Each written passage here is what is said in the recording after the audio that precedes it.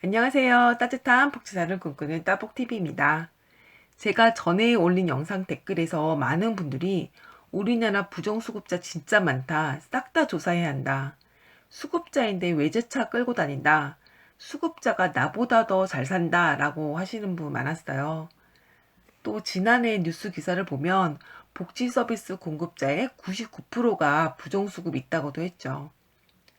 저도 현장에서 부정수급자분들을 몇몇 봤기 때문에 부정수급자가 있다고 생각해요.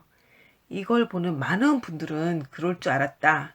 이러니 수급자가 아닌 사람들이 일하고 싶겠냐 하는 생각도 드실 거예요. 상황이 안 좋은데도 수급자가 안 되신 분들은 억울한 마음이 들 것 같기도 하고요. 아니, 통합 전산망으로 수급자와 부양의무자 소득과 재산을 정기적으로 조사하는데 어떻게 부정수급자가 생기냐 궁금하실 텐데요.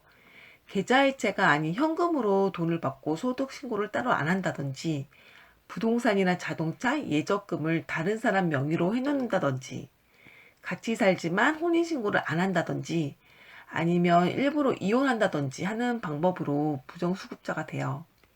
이걸 본 많은 분들은 이래서 우리나라 세금이 줄줄 샌다고 하실 텐데요.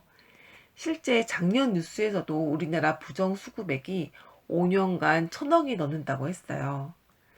그래서 수급자들을 매년 샅샅이 전수조사해서 부정수급자를 없애야 한다고 할지 모르겠는데요.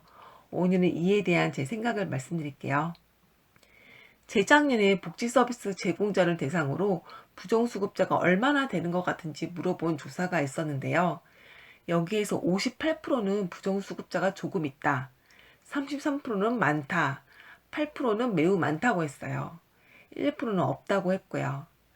그러니까 99%가 부정수급자가 있다고 한 것은 맞는데 부정수급자가 많은 건 아니고 조금 있다고 한 거죠.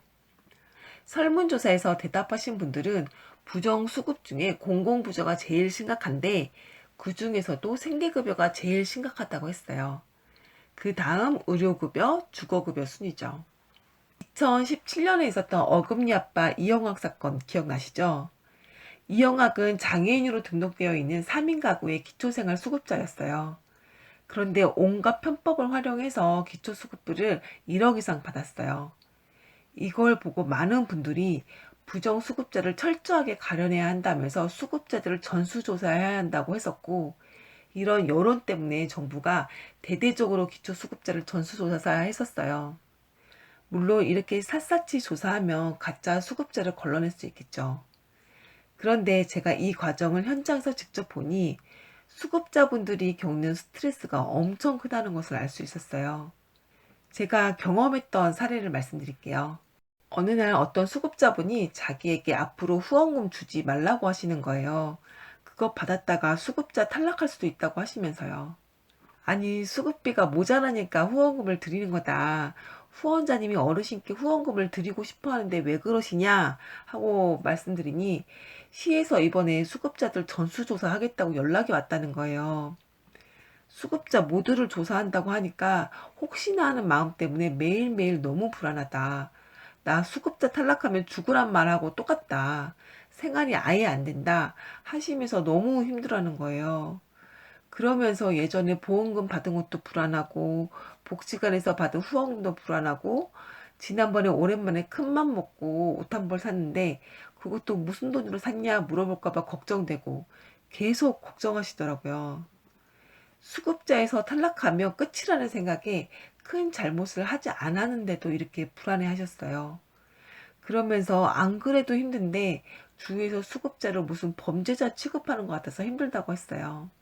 또 다른 어떤 분은 내가 잘 살았을 때 샀던 옷을 오랜만에 입으면 주위에서 그거 샀냐라고 물어보는데 그 질문이 꼭 수급자인데 그 돈 살 돈이 있냐라고 물어보는 것 같아서 민망했다고 하셨어요. 길거리 폐지를 모으면 다른 폐지수거 어르신이 원래 그렇게 하면 안 되는 거 아니냐라고 눈치 주는 것 같다고도 하셨고요. 이러다 보니 오랜만에 아들네와 딸네 만나서 외식하는 것도, 오랜만에 기분 전환으로 예쁘게 화장하는 것도 주위에서 혹시나 뭐라고 할까봐 겁난다고 했어요. 수급자면 주구장창 가난해 보여야 하냐면서 제게 하소연하시더라고요.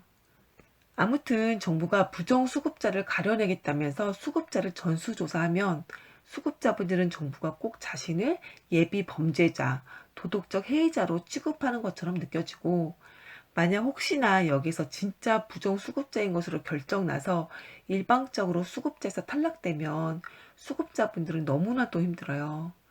얼마나 힘들면 연쇄 자살까지 했을까 생각이 들고, 수급자 전수조사가 수급자분들에게 얼마나 잔혹한 것인지 새삼 느끼게 됐어요.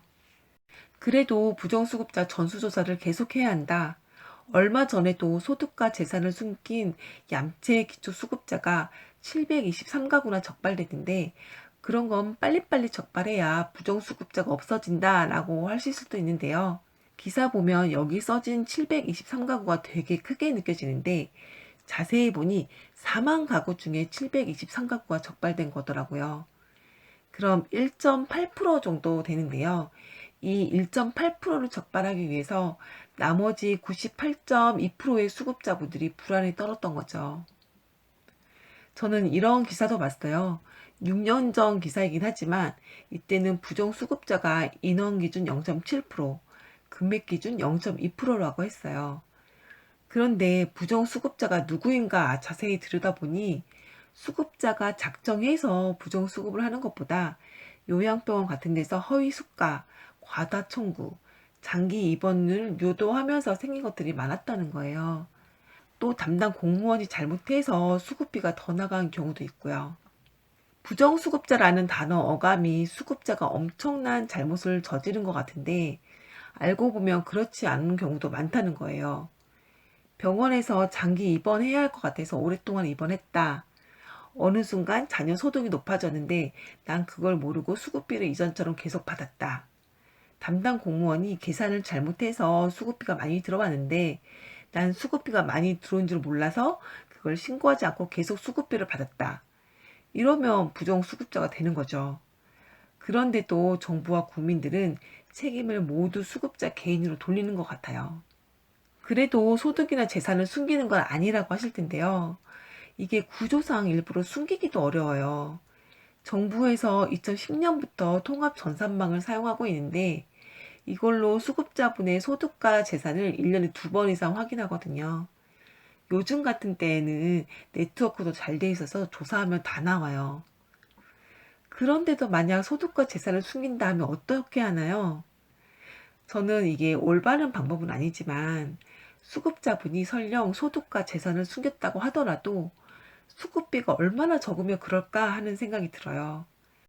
제가 본 수급자분들은 나라에서 주는 수급비만으로는 도저히 생활이 안 된다고 해서 소득신고나 혼인신고를 하지 않은 경우가 많았거든요. 이영학이 부정수급으로 받은 돈이 1억이 넘는데 이거 너무하지 않냐라고 하실 분도 계실 텐데요. 맞아요. 저도 이영학은 정말 아니라고 생각이 드는데요.